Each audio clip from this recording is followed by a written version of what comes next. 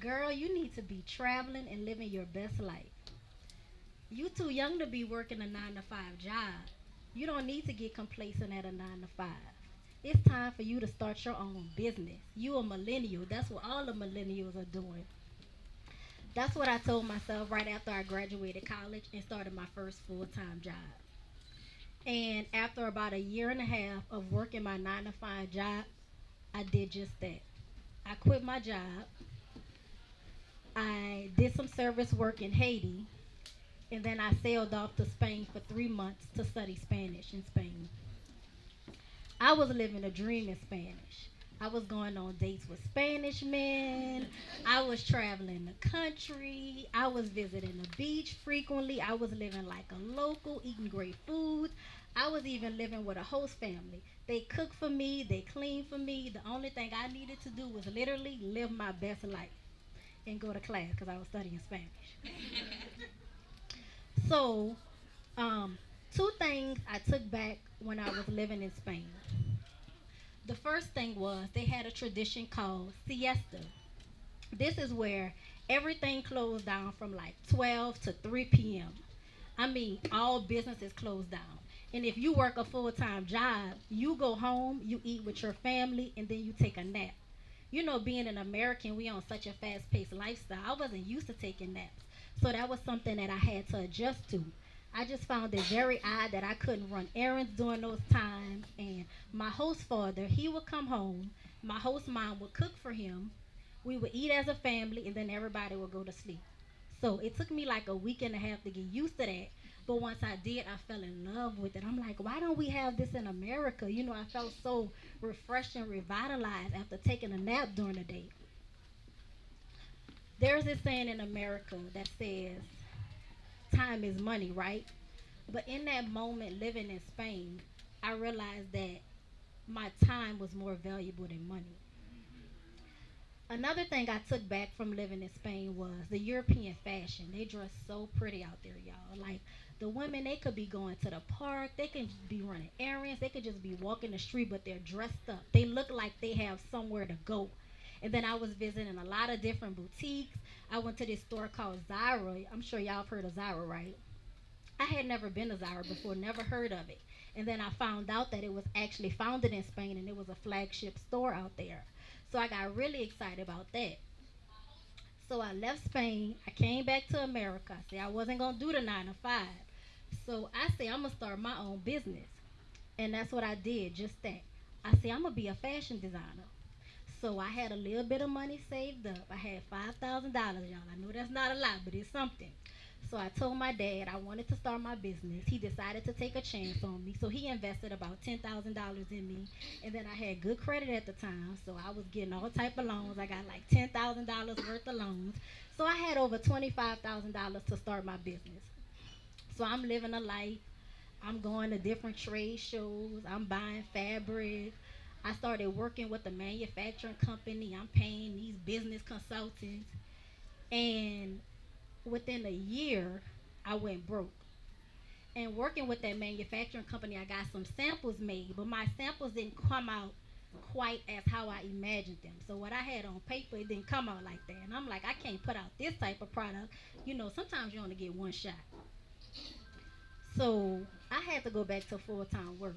Y'all, this was hard for me because once you get just a little taste of entrepreneurship, I wasn't making no money, but I was living off my savings. But I was able to do stuff I wanted to do during the day. I could run to the bank at 9 a.m. I can go to a networking event at noon. I can do what I wanted to do. So it was hard for me to go back to 9 to 5, but I had to do it because I had got myself in so much debt and I had so many bills that I had to pay. So finally, I found me a full time job. Less than a year of working that full time job, trying to get on my feet, I was let go from that job. 2 weeks after I was let go, my car was repossessed. A week after my car was repossessed, I found out I had type 1 diabetes. I'm like, really, God? Really? So I'm like so stressed out at this time. Like I went through like just like a mini depression. But fast forward, I ended up getting my life together. I got my car back. I found me another job. But during that time of going through that, one thing I realized that my mental health was important and my mental health was suffering. So I started working with a life coach. I didn't realize how the importance of actually talking to somebody. So working with a life coach, she helped me get back on track. I was able to talk to her. She knew nothing about me, but she gave me solutions for my problems. And to this day, I actually see a therapist on a daily basis. So that's one thing I want y'all to keep in mind, that mental health is extremely important. But during that time, I was up living my best life, and then I was going through my struggles. I learned so much along the way. I learned how to live my dream and walk in my purpose. And so I have some action steps that I want to share with you to help you implement for 2020. So y'all ready? You bet. Yes. Y'all ready? All right. Now you can take pictures. Just one slide. But, all right. So the first step is just to get started. And that's something that everybody says. It's so easy, right? Just get started. But that's the hardest part to do. If you have something that's urging you in your soul, something that you have a passion to do, just do it. Just get started. And of course, it's going to be a struggle. But one thing I want to let you know is you have to go through the struggle in order to experience the Serengeti. Did y'all get that? You have to go through the struggle in order to experience the Serengeti. So get started. You can be anything that you want to be, but you just have to believe and you have to take a chance on yourself. The second thing I want to mention is you have to encourage yourself. Nobody is going to encourage you like you can encourage yourself, because everybody's not going to understand your journey. Everybody's not going to understand your story. And some people may not support you in a way that you think that they should be supporting you. But if you encourage yourself, you got this. You your own cheerleader. Step outside of your comfort zone. You have to be willing to do something bold to get big results. If you don't step outside of your comfort zone, you'll never know what's on the other side of the road.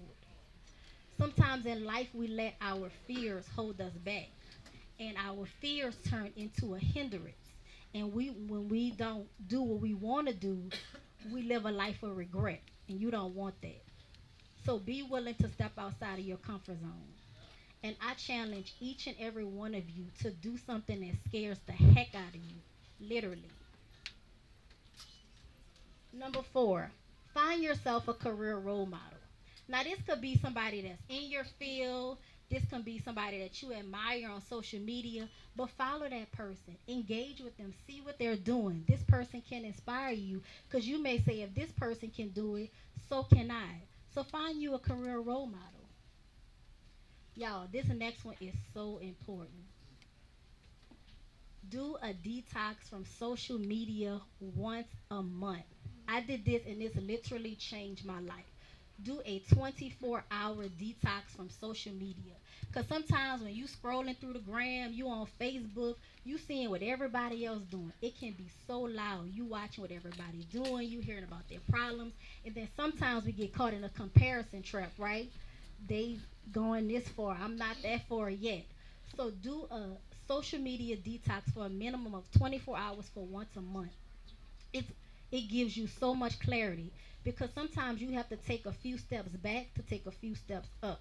So when you take a few steps back from social media, you get clarity on your brand, you get clarity on yourself and on your business and what you should be doing. Number six is write out your goals. So write out your goals. What do you want to do in the next 3 months? What do you see your business in the next 3 months? Write out your 6 month goals. Write out your 9 month, your 12-month goals. And when you write out your goals, write out daily action steps that you can do to help you achieve those goals. Also, do a vision board. As our organizer mentioned, we're having a workshop for a vision board next month with Miss Tina Tran. But do a yearly vision board. Where do you see yourself in a year? Do a 5 year vision board and put it somewhere that you can see it every day. Put it on your wall. Put it somewhere at work. Because when you walk past that vision board, you know that you still have work to do. Another one is humble yourself. And that's something that seems so simple, but that's something that we all should practice. When you humble yourself, you can lead with understanding. You can practice compassion. It opens up your mind to a whole new meaning of life. So you have to humble yourself, because when you do, you're able to extend grace to other people. Because I'm sure it's been times that you've done something and somebody had to forgive you or extend grace to you. But when you're humble, you're able to extend that same grace to other people. Express gratitude. This is something we sometimes take for granted. Just a little simple thing as expressing gratitude. When you wake up every morning, tell yourself you thankful to be alive. Tell yourself you thankful to have a car. You thankful to have gas in your car. You thankful to have a job. You may not like your job, but you thankful to have your job. So express gratitude, because you'll be surprised how many people don't have it. Support others. We have to support others, you guys. If you in the beauty industry, support somebody else in the beauty industry. Buy their products. Follow that person on social media. Engage with that person, because guess what? Manifestation is real. It comes back around tenfold. Because when you support somebody else, before you know it, you're going to have hundreds and thousands of followers.